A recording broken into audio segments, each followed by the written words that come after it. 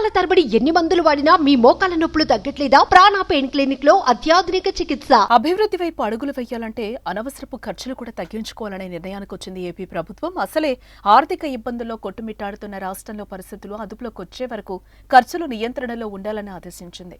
ఈ క్రమంలోనే ప్రభుత్వం ఆర్థిక భారాన్ని తగ్గించుకునే పనిలో పడింది. ఇందులో భాగంగా ఖర్చులను తగ్గించుకునే ప్రయత్నం చేస్తోంది. అన్ని ప్రభుత్వ కార్యాలయాల్లో కొత్త ఫర్నిచర్ను కొనుగోలు చేయకూడదని నిర్ణయించుకుంది. పాత ఫర్నిచర్నే వినియోగించాలని అధికారులకు సూచించింది. రాజధానిలోని సచివాలయంతో పాటు కలెక్టరేట్లు, హెచ్ఓడి కార్యాలయాల్లో ప్రస్తుతం ఉన్న ఫర్నిచర్నే కొనసాగించాలని సర్కార్ ఆదేశించింది.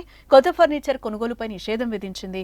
ఈ మేరకు అన్ని శాఖల అధికారులకు ఆర్థిక శాఖ ఆదేశాలు జారీ చేసింది. రాష్ట్ర విభజనతో రాష్ట్రానికి లోటు బడ్జెట్ మిగిలిన విషయం తెలిసిందే. 2014లో అధికారాన్ని చేపట్టిన చంద్రబాబు 5 ఏళ్ల పాటు పాలన సాగించారు. పలు సంక్షేమ పథకాలు కొనసాగించారు.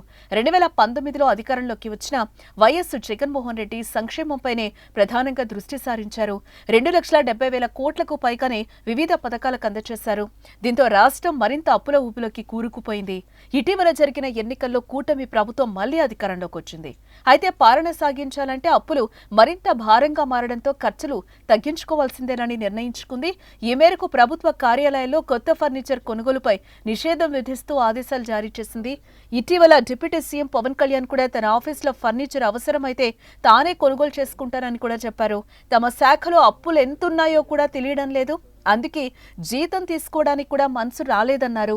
ఇటువంటి పరిస్థితుల్లో ప్రభుత్వం ఖర్చులపై ఈ విధమైన కఠిన నిర్ణయాలు తీసుకుంటున్నట్లు తెలుస్తోంది. సుమన్ టీవీలో మీ పర్సనల్ అండ్ బిజినెస్ ప్రమోషన్స్ కోసం కింది నెంబర్కి కాంటాక్ట్ చేయండి.